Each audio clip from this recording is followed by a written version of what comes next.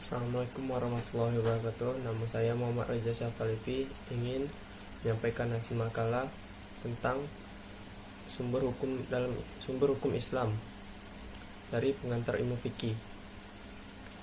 Al-Quran sebagai sumber hukum Islam.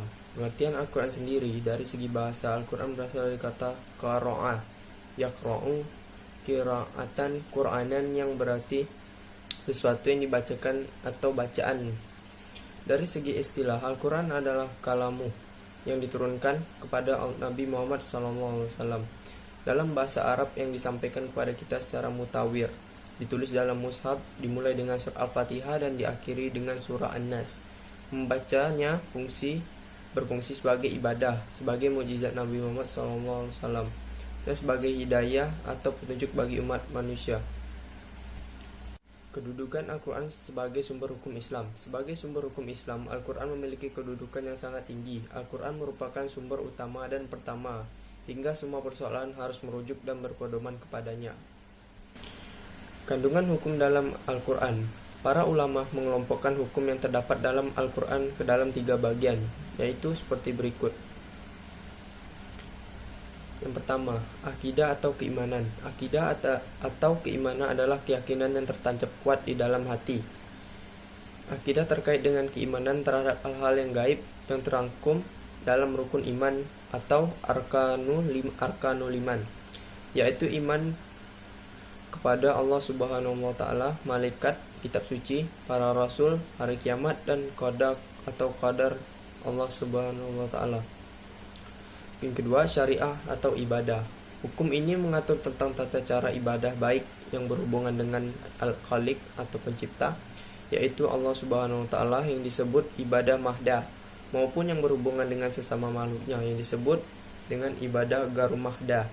Ilmu yang mempelajari tata cara ibadah dinamakan ilmu fikih. Yang pertama, ilmu ibadah. Hukum ini mengatur bagaimana seharusnya melaksanakan ibadah yang sesuai dengan ajaran Islam. Hukum ini mengandung perintah untuk mengerjakan sholat, haji, zakat, puasa, dan lain sebagainya. Ada juga hukum muamalah. Hukum ini mengatur interaksi antara manusia dan sesamanya, seperti hukum tentang tata cara jual beli, hukum pidana, hukum perdata, hukum warisan, pernikahan, politik, dan lain sebagainya. Kita masuk yang materi keempat, yaitu akhlak atau budi pekerti. Selain berisi hukum-hukum tentang akidah dan ibadah, Al-Quran juga berisi hukum-hukum tentang akhlak. Al-Quran menuntun bagaimana seharusnya manusia berakhlak dan berperilaku, baik berakhlak kepada Allah Subhanahu wa taala, kepada sesama manusia, dan akhlak terhadap makhluk Allah Subhanahu wa taala yang lain. Pendeknya, berakhlak adalah tuntunan dalam hubungan antara manusia dengan Allah Subhanahu wa taala, hubungan antara manusia dan hubungan manusia dengan alam semesta. Hubungan ini tercermin dalam konsep perbuatan manusia yang tampak, mulai dari gerakan mulut, ucapan, tangan, dan kaki. Hadis sebagai sumber hukum Islam. Pengertian hadis sendiri, secara bahasa hadis berarti perkataan atau ucapan. Menurut istilah, hadis adalah segala perkataan, perbuatan, dan ketetapan atau takrir yang dilakukan oleh Nabi Muhammad SAW.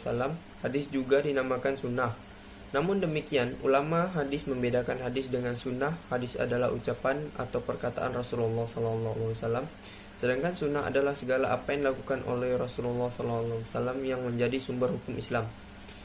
Hadis dalam arti perkataan atau ucapan Rasul terdiri atas beberapa bagian yang saling terkait satu sama lain. Bagian-bagian hadis tersebut antara lain sebagai berikut. Yang pertama, sanad, yaitu kelompok orang atau seseorang yang menyampaikan hadis Rasulullah SAW sampai kepada kita sekarang ini. Yang kedua, matan, yaitu isi atau materi hadis yang disampaikan Rasulullah SAW. Yang ketiga, rawi, yaitu orang yang meriwayatkan hadis. Kedua, kedudukan hadis sebagai sumber hukum Islam. Sebagai sumber hukum Islam, hadis berada satu tingkat di bawah Al-Quran. Artinya, sebuah perkara hukumnya tidak terdapat di dalam Al-Quran yang harus dijadikan sandaran. Yang ketiga, fungsi hadis terhadap Al-Quran. Rasulullah SAW sebagai pembawa risalah Allah Subhanahu wa taala bertugas menjelaskan ajaran yang diturunkan Allah melalui Al-Quran kepada umat manusia. Oleh karena itu, hadis berfungsi untuk menjelaskan atau bayan serta menguatkan hukum-hukum yang terdapat dalam Al-Quran. Fungsi hadis terhadap Al-Quran dapat dikelompokkan menjadi 4, yaitu sebagai berikut. Yang pertama, menjelaskan ayat-ayat Al-Quran yang masih bersifat umum. Contohnya adalah ayat Al-Quran yang memerintahkan sholat. Perintah sholat dalam Al-Quran masih bersifat umum sehingga diperjelas dengan hadis Rasulullah tentang sholat, baik tentang tata cara maupun jumlah bilangan rakaatnya. Untuk menjelaskan perintah sholat tersebut, misalnya keluarlah sebuah hadis yang berbunyi, "Sholatlah kalian sebagaimana kalian melihat aku sholat." Yang kedua, memperkuat pernyataan yang ada di dalam Al-Quran. Seperti dalam Al-Quran terdapat ayat yang menyatakan, "Barang siapa di antara kalian melihat bulan, maka berpuaslah." Kemudian ayat tersebut diperkuat oleh sebuah hadis yang berbunyi, "Berpuasalah karena melihat bulan dan berbukalah karena melihatnya."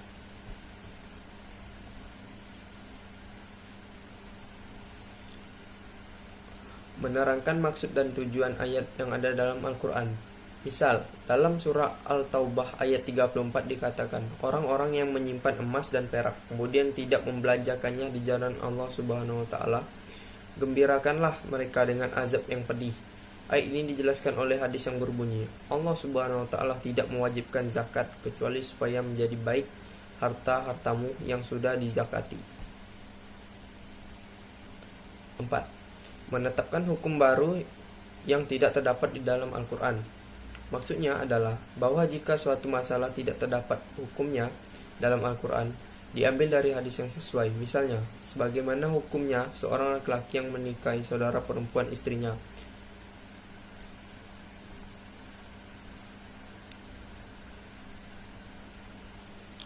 Macam-macam hadis. Hadis yang pertama, hadis mutawir. Hadis mutawir adalah hadis yang diriwayatkan oleh banyak perawi, baik dari kalangan para sahabat maupun generasi sesudahnya, dan dipastikan di antara mereka tidak bersepakat dusta.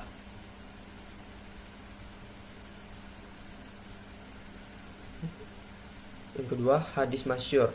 Hadis masyhur adalah hadis yang diriwayatkan oleh 2 orang sahabat atau lebih yang tidak mencapai derajat mutawir, namun setelah itu tersebar dan diriwayatkan oleh sekian banyak tabi'in, sehingga tidak mungkin bersepakat dusta.